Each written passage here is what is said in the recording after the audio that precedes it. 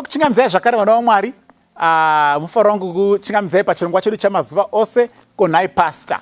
Sekutaura kwatinoita pachirongwa chino tiri kubatsirana kupindura mibvunzo yatiinayo ingapindurike neumbowo hunowanikwa mukati meBhaibheri. Saka toramba tichikukurudzirai vane mibvunzo, rambai muchitumira mibvunzo yenyu either paplatform iyo ino kana kuma WhatsApp numbers ari kutaridzwa iko zvino izvi pazasi. Musatya kutumira mibvunzo yenyu. Toda kutenda nevari kutumira mibvunzo, totendawo nevari kuramba vachitumira vamwe zvatiri kudzidza pano.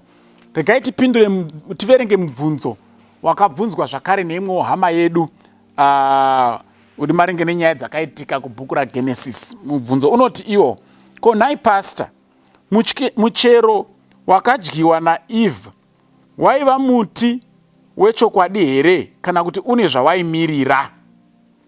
Ko Nhai Pastor, paya panonzi neBhaibheri Eve akadya muchero, waitova muchero wezvokwadi here kana kuti it was symbolic? Zvine zvimwe zvazvairevawo. Ndoda kudai kuti munhu abvunza mubvunzo uyu anogona kunge akasangana neimwe dzidziso yandakambosanganawo nayo.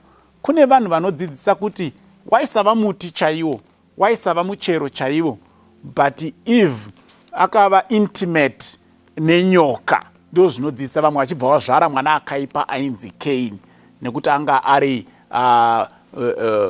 aibva pana Diablos. Asi tira kuti tiverenge Bhaibheri ritaure rega nyaya yaro. Bhaibheri charakanakira, hatifaniri kuriitira fembera sekunge risipo tounza nyaya dzedu nepfungwa dzedu mumavhesi. Iro Bhaibheri ngatiritenderei kuti riburitse rega nyaya dzaro. Patakambodzidza kare gore rapera kuti ndingaverenge sei Bhaibheri kuti ndirinzwisise, ndo zvimwe zvezvatakataura kuti let the Bible interpret itself. Yatakati iyo inonzi scriptura sui ipsius interpres. The Bible is its own interpreter. Saka takaverenga iko kuna Genesis ikoko, because vanotaura izvi sikutora kwandaita vanoti uri kunzi muti wezvakaipa waitaurwa naMwari unomirira Satani. Muti wokuziva muti wohupenyu vanoti iwo waimirira Jesu Kristu. Saka vanoti yaisava miti chaiyo. Pari kunzi neBhaibheri the tree of life, that is Jesus Christ. Pariri kuti the tree of evil, that is the devil. Saka takaona kuti Bhaibheri ndo zvarinotaurira. Genesis 2 verse 8 kuenda pana 9. The Lord God planted a garden eastward in Eden, and there he put the man whom he had formed. And out of the ground he made to grow every tree that is pleasant to the sight and good for food. The tree of life also in the midst of the garden, and the tree of knowledge of good and evil. Hazviiti kuti titi imwe part iri symbolic, imwe part haisi symbolic in the same verse. Kana tatongoti miti yaiva symbolic, then takufana kududzirawo kuti iri kunzi every tree that was pleasant to sight and which was good for food yairevei. Saka muchatona mega kutoti hazvina zvazvaimirira. This is plain reading. Mwari akagadzira garden. Mugadheni imomo akaisa munhu kuti agaremo.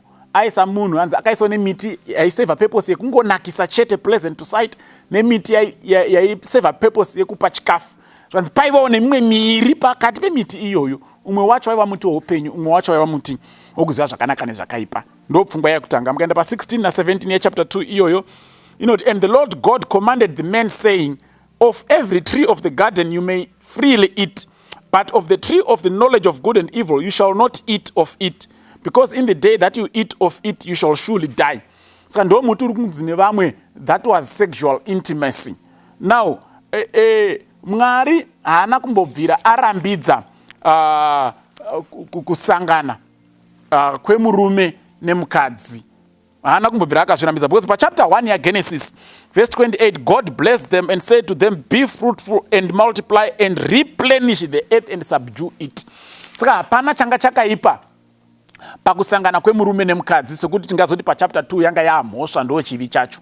Hapana changa chakamboipa. Mukaenda even pana Genesis chapter 9 verse 1, after the flood vanhu vese vaparadzwa kwasara vanhu 8 chete panyika. God blessed Noah and his sons and said unto them, be fruitful and multiply and replenish the earth. Saka the command of being fruitful kusvika vazadza zvenyika, it was a godly ordained command. Hatigoni kuuya nepfungwa dzekuti saka chairambidzwa apa kusangana kwemurume nemukadzi. Tinge tichitopikisa Bhaibheri pachezvaro, because Mwari ndiye ega anga agara atendera kuti paite kusangana kwerudzi irworwo.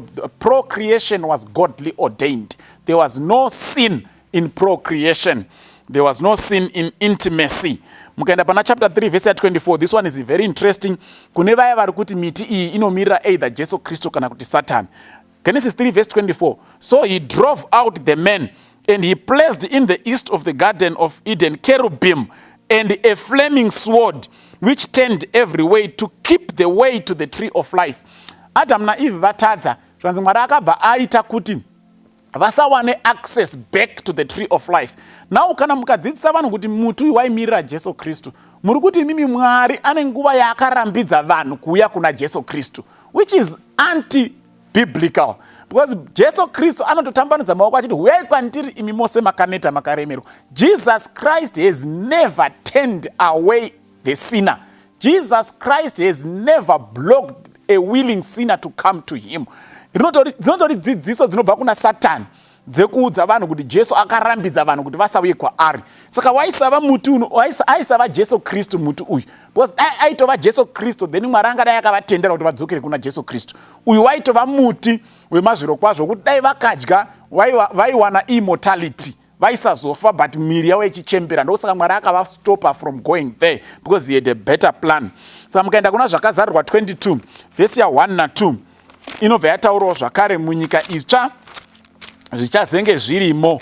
Zvakazarirwa 22 vhesi ya 1 na 2. And he showed me a pure river of water of life, clear as crystal, proceeding out of the throne of God and of the Lamb.